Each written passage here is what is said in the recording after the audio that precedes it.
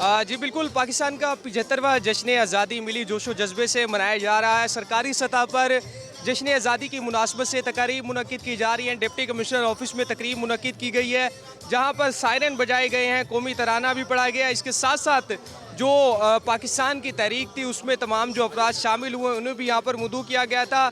Deputy commissioner Multan, commissioner Multan, CPO Multan भी यहाँ पर आए हैं। तो CPO मुल्तान इस वक्त हमारे साथ मौजूद है।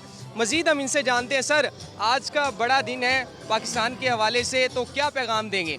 वक्त गुजरने के साथ साथ नई नस्ल ये भूल जाए कि कितनी कुर्बानियों के बाद ये ख़िता हासिल किया गया। आज़ादी कोई आम चीज़ नहीं है और आसानी से नहीं मिलती।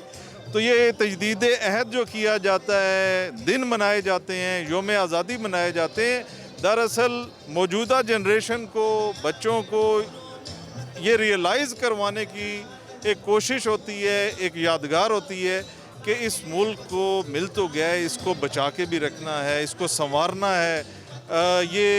बिल्कुल खैरात में कोई आज़ादी नहीं मिलती और ये आज़ादी बरकरार भी नहीं रहती जब तक कौमें और कौमों का एक एक फ़र्द उसके लिए मेहनत नहीं करता।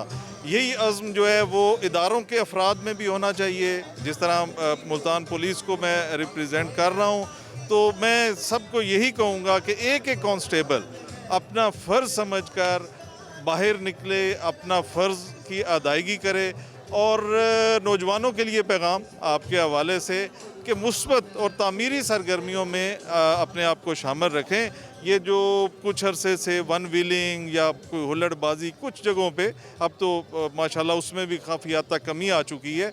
ऐसी सरगर्मियों में कतई हिस्सा ना लें और मुस्बत तामीरी इमेज पाकिस्तान का उजागर करें। जी बिल्कुल, CPO मुल्तान का यही कहना है कि आज का बड़ा दिन है, तो नौजवान जो हैं वो आज के दिन मुस्बत सरगर्मियों में हिस्सा लें। ख़ास तौर पर पाकिस्तान के हवाले से जो सरगर्मियाँ हैं, तकारीब मुनक्किद की जा रही है, उनमें भरपूर अंदाज में शामिल हों। जी।